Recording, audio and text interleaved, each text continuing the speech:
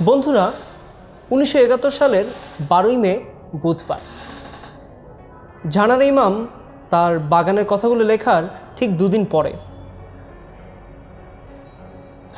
এখানে তিনি যে লাইনগুলো বলেছেন তার মধ্যে উল্লেখযোগ্য দুটি লাইন এখানে আমরা নিয়ে এসেছি।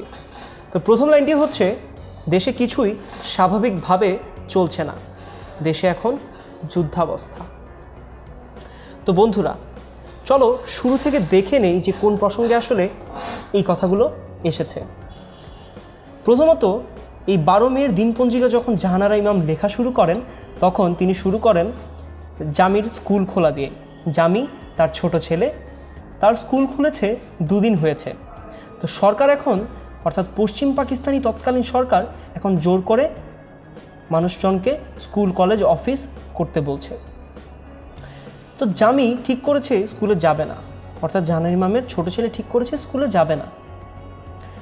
তো তিনিও সেই ব্যাপারটি মেনে নিয়ে বলেছেন যে তার স্বামী জামি এবং তার বড় ছেলে রুমিকে মিলে তিনি নিজেই তার ছেলেকে পড়াবেন। তো কেন তার আসলে এই ডিসিশন, কেন আসলে তিনি বাচ্চাদেরকে স্কুল পাঠানো দরকার এই ব্যাপারটি তিনি বোঝেন, কিন্তু কেন আসলে ওই 1971 সালের এই সময়টাতে বাচ্চাদেরকে স্কুলে পাঠাতে তিনি রাজি হননি, নিজের বাচ্চাকে তিনি স্কুলে দিতে রাজি হননি।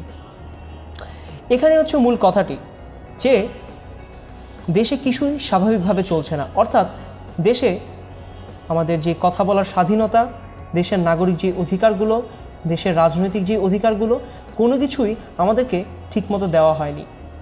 আমাদের সবাইকে, আমাদের বুদ্ধিজীবীদেরকে মেরে ফেলা হচ্ছে, আমাদের তরুণদেরকে মেরে ফেলা হচ্ছে, আমাদের যারা ছাত্রছাত্রী রয়েছে তাদেরকে মেরে ফেলা হচ্ছে, এবং সব কিছু মিলিয়ে পশ্চিম পাকিস্তানের সরকারের একটা বিশাল ষড়যন্ত্র চলছে। তারা চাচ্ছে যাতে এই পূর্ব বাংলা স্বাধীন না হয়, তারা চাচ্ছে এই পূর্ব বাংলাকে তারা যেভাবে শোষণ করে এসেছে সেই শোষণটা যাতে তারা বজায় রাখতে পারে। তো এই অবস্থায় শুধুমাত্র কিন্তু পশ্চিম পাকিস্তানই এই যুদ্ধে একমাত্র দল ছিল না। সেই যুদ্ধে আমাদের দেশের দামাল ছেলেরা, আমাদের দেশের তরুণেরা মুক্তি ফৌজ গঠন করেছিল।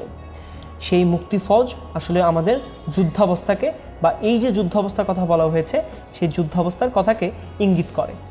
আমাদের দেশের মানুষেরা ধর্ম বর্ণ নির্বিশেষে, কৃষক থেকে শুরু করে শিক্ষক তরুণ সবাই মিলে মুক্তি ফৌজ গঠন করে, যাদেরকে আমরা আজ মুক্তিযোদ্ধা বলে জানি, যাদের কারণে আজ আমরা স্বাধীন দেশে বসে এই ভিডিও বানাতে পারছি, আমরা বাংলায় কথা বলতে পারছি, ঠিক সেই মানুষগুলোর জন্যই। তো মূলত জাহানারা ইমাম এই জিনিসটি দিয়ে যুদ্ধের সময়কালে আসলে দেশের অবস্থা যে পুরোপুরি ওলটপালট ছিল, স্বাভাবিক কাজকর্ম ঠিকমতো চলছিল না, সেই ব্যাপারটিকে ইঙ্গিত করেছেন।